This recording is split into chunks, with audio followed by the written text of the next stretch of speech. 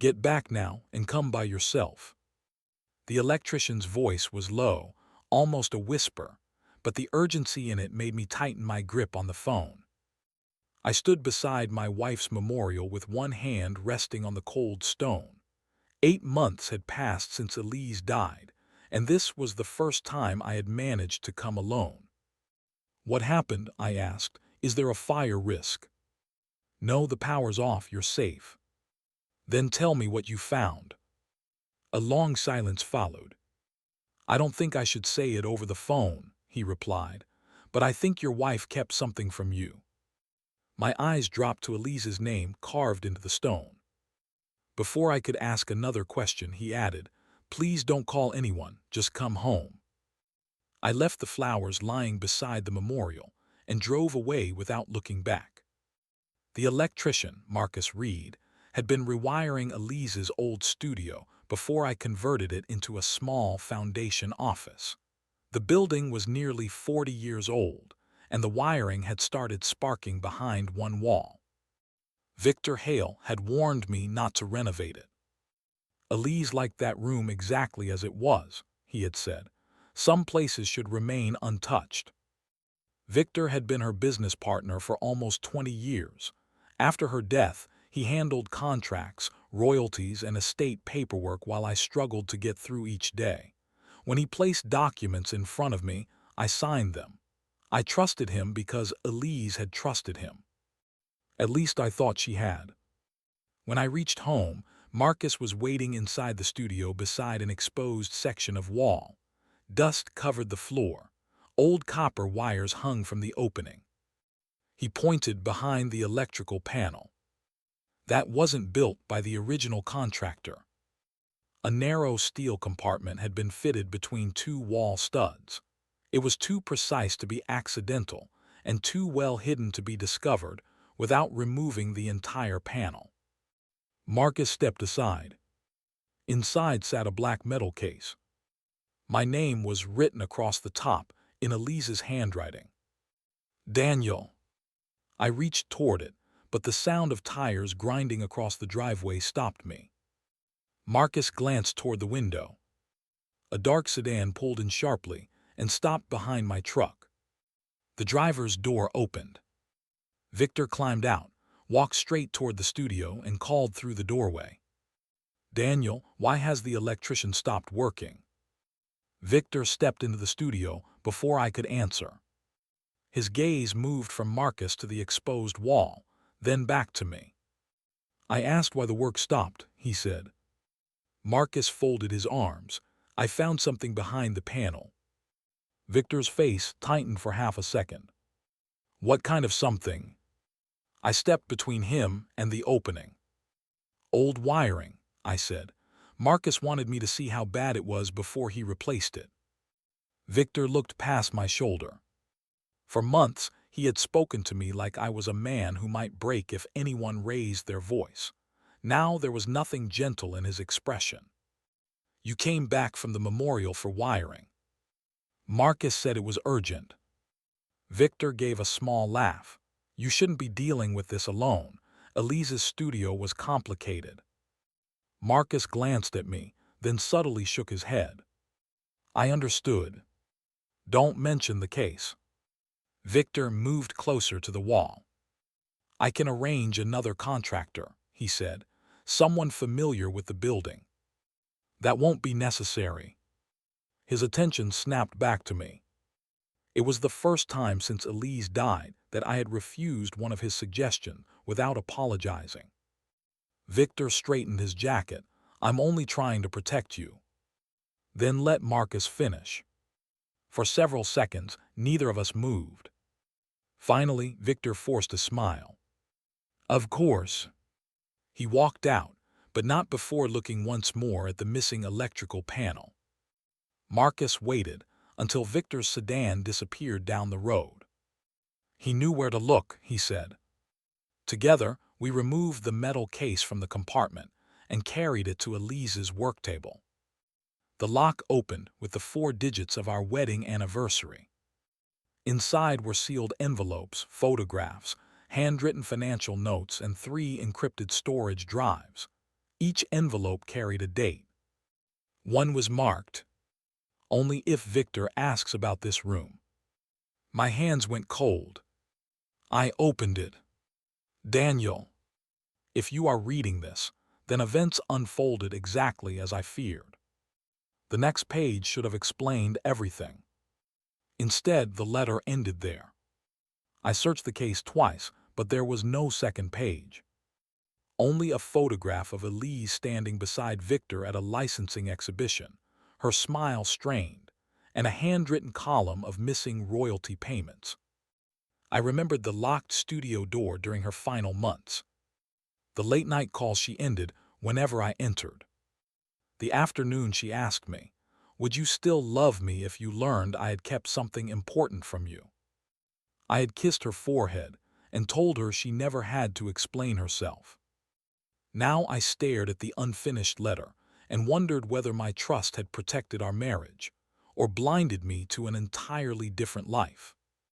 Why would Elise create such an elaborate hiding place, leave a warning about Victor, and stop just before telling me the truth? 3 days later, I walked into the quarterly board meeting for the Mercer Design Foundation with the metal case locked in my briefcase. No one knew what I had found. Not Marcus, not the attorneys, and certainly not Victor. The conference room was filled with people who had known Elise for years, former clients, 2 board members she had personally selected, our family attorney, and several business associates who had helped grow her licensing company into a respected name. Victor stood confidently at the front of the room. He smiled when he saw me. "There you are, Daniel." I was beginning to worry. "I'm here." "That's good." He gestured toward the screen behind him. "We have an important decision to make." As everyone settled into their seats, Victor began presenting charts showing declining revenue from Elise's remaining intellectual property.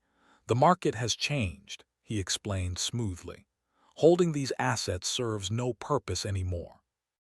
Elise left no further plans, so I recommend selling the remaining rights while they still have substantial value." Several heads nodded. 8 months ago, I would have agreed without hesitation. Instead, I slowly opened my notebook. "You're certain," I asked calmly, "that Elise left no additional instructions?" Victor didn't hesitate. "Absolutely." I looked directly at him. "Then why did she spend nearly $18,000 renovating one specific wall inside her studio 6 months before she died?" The room fell silent. Victor blinked. "I don't know what you're referring to." One of the older board members frowned. "Actually," she said, "I remember that renovation. Elise specifically told the contractor that wall could never be altered again." Another former employee nodded. "She became unusually protective of that room afterward." Victor immediately laughed. "You're remembering insignificant details. Elise was an artist. She was sentimental about her workspace."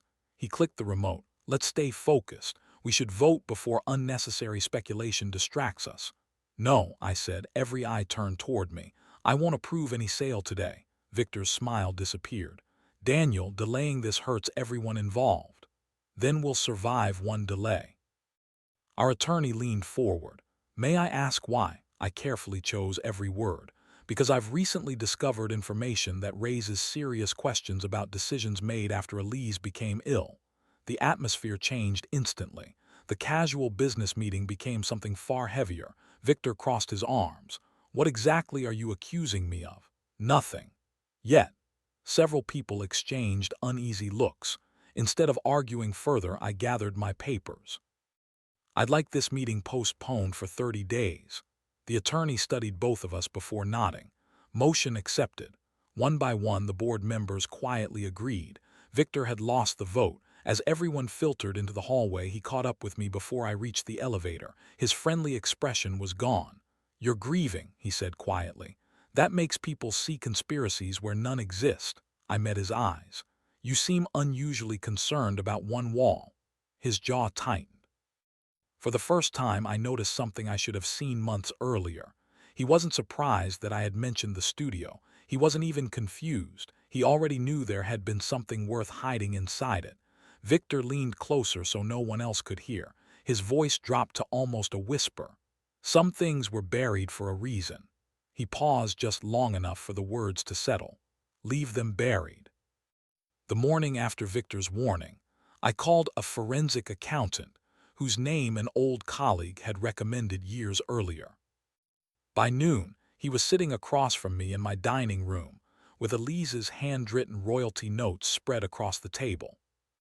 He adjusted his glasses as he compared the notes to the licensing statements Victor had given me after Elise died.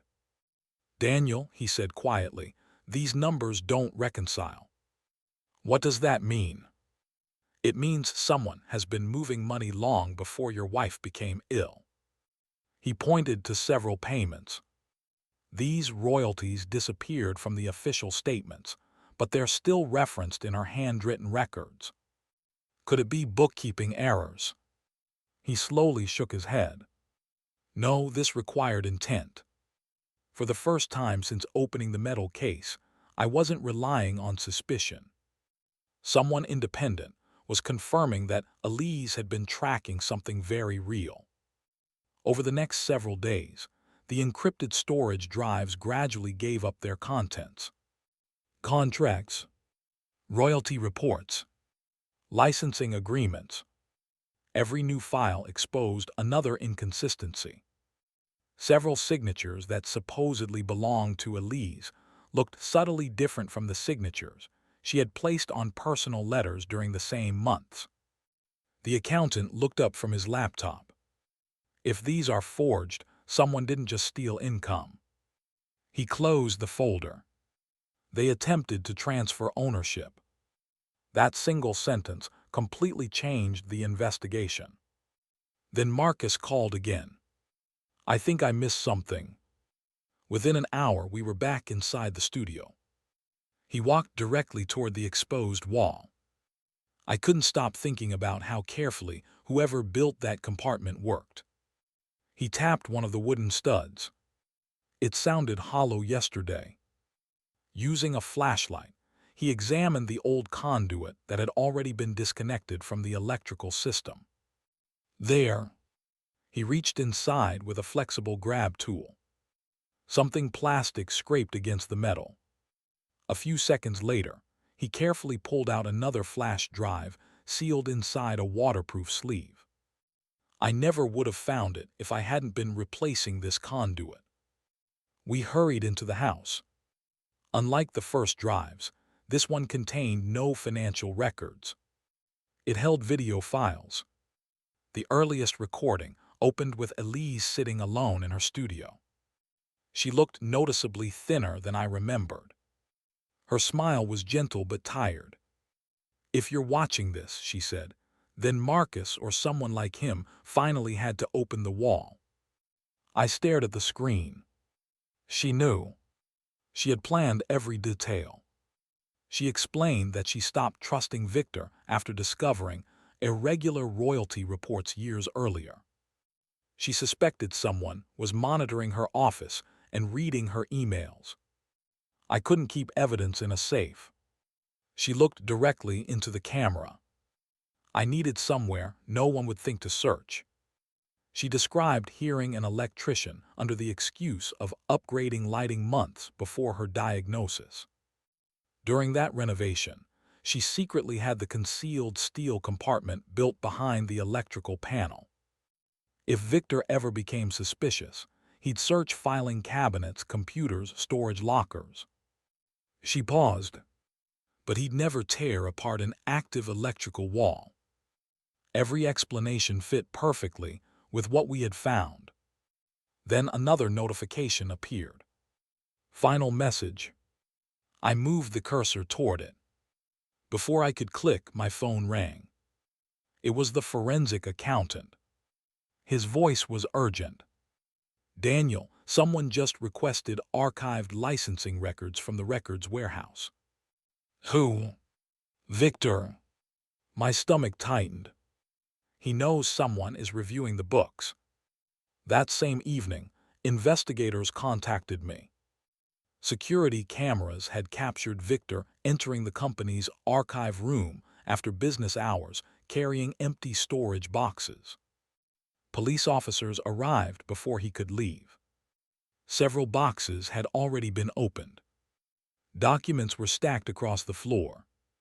One detective called me before dawn. "Mr. Mercer, we've secured the records." "So it's over?" "Not yet." He hesitated. "But based on what we've recovered tonight, we have enough evidence to execute a full search warrant on Mr. Hale's office this morning." I looked back at my computer. The cursor still hovered over Elise's final video. The one message she had recorded, knowing she might never get the chance to say these words in person. I took a slow breath. The investigators were closing in on Victor. But I still hadn't heard my wife's final truth. I closed the curtains, silenced my phone, and pressed play. For a moment, the screen remained black. Then Elise appeared. She was sitting in the same chair that still stood in the corner of her studio. She looked frail, but her posture was steady. There was no panic in her face, only quiet determination. "Hi, Danny." No one had called me that except her. "If you're seeing this, then I wasn't able to finish what I started." She smiled sadly. "And Marcus finally had to open that wall." I laughed through tears. Even after everything, she had predicted exactly how the evidence would be found. "I need you to hear this before you read another document." She took a slow breath. "I never kept these things from you because I didn't trust you." She paused. "I kept them from you because I loved you." I lowered my head. For months, I had wondered whether there had been another life I never knew about. An affair. A hidden family. Some secret that would destroy the marriage I thought we had. Instead, she was dismantling every fear before I had even spoken it aloud. "You've always believed the best about people," she continued.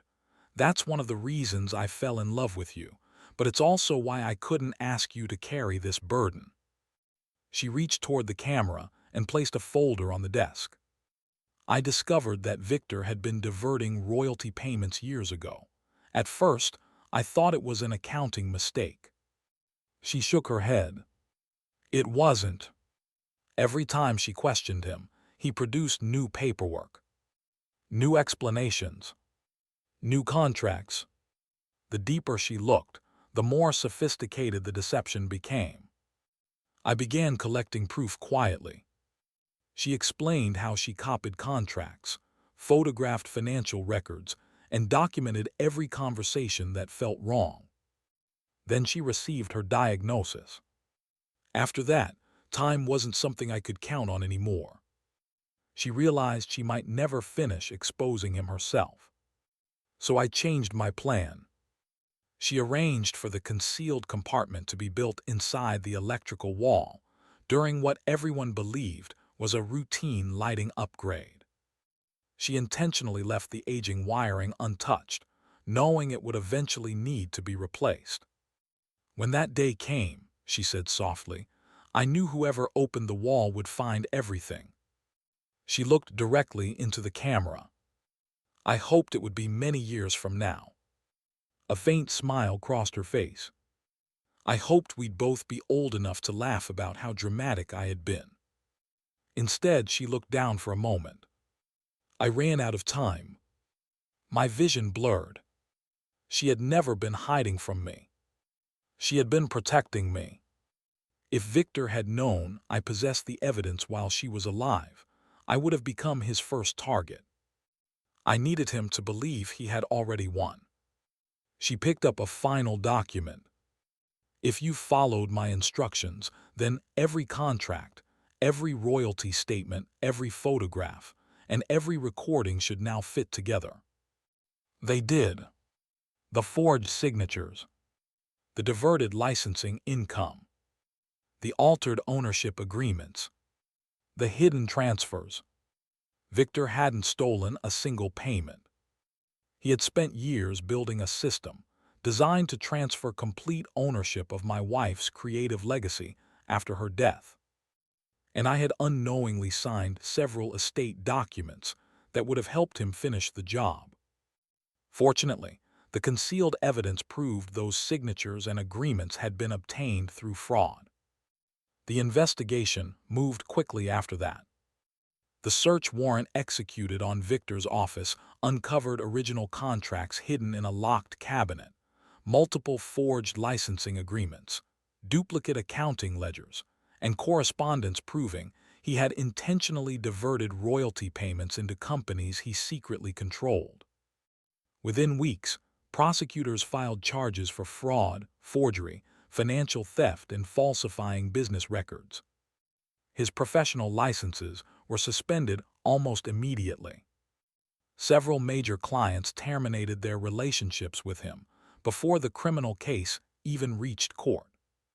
When the civil proceedings concluded, every stolen royalty identified through the investigation was returned to Elise's estate. The fraudulent ownership transfers were voided. Every intellectual property right Victor had tried to seize legally belonged to Elise once again, and now passed to me exactly as she had intended. The public fallout was swift. Former colleagues who had quietly accepted Victor's version of events came to my home one after another. Some apologized for believing his explanations. Others admitted they had noticed irregularities years earlier, but trusted his authority instead of questioning him. None of it brought Elise back, but it restored something equally important: her name. Months later, I reopened the studio. Not as an office, not as a museum, exactly as Elise would have wanted. Her easel remained where she left it. Her sketches stayed on the shelves. Behind a protected glass panel, the concealed compartment remained visible, not to celebrate the deception, but to remind every visitor that courage sometimes hides in the places no one thinks to look. The royalties recovered from Victor's fraud became the foundation of a scholarship program for young artists and industrial designers who lacked the financial means to pursue their work. Every year on the anniversary of Elise's memorial, I unlock the studio doors. Students fill the room with ideas, sketches, prototypes, and conversations. Life returned to the place where grief had once settled. Sometimes I still stand beside that wall. Not because I remember what was hidden there, because I remember why it was hidden. I once believed my wife had left me with unanswered questions. In the end, she left me with something far greater. She left me the truth, my future, and the chance to protect the legacy she spent her final days protecting for me. Standing inside the studio that afternoon, I finally understood that the most important thing Elise ever built wasn't hidden behind that wall. It was the trust that survived even after every secret had been uncovered.